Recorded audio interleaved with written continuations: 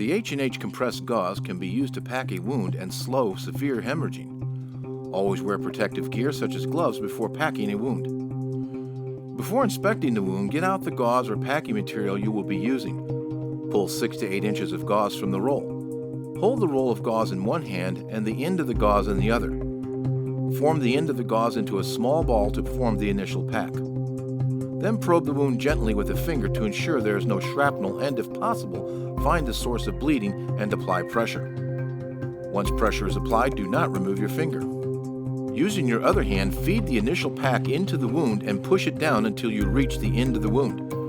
Continue feeding the gauze 2 to 3 inches at a time into the wound. Keep pushing gauze firmly into the wound to apply pressure. Once the wound is completely packed, place the remainder of the gauze roll on top of the wound and apply firm pressure.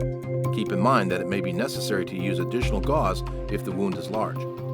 Hold pressure for 10 minutes, then inspect the wound to make sure bleeding has slowed. Never remove the gauze to inspect the wound. Apply a compression bandage to keep the gauze in place.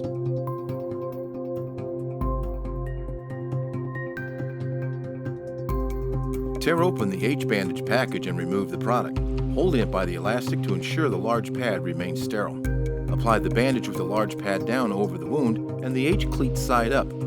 Center the H-cleat over the wound. Pull the elastic strap around the bandage, securing the short elastic end to the wrap. This will hold the bandage in place when you apply pressure.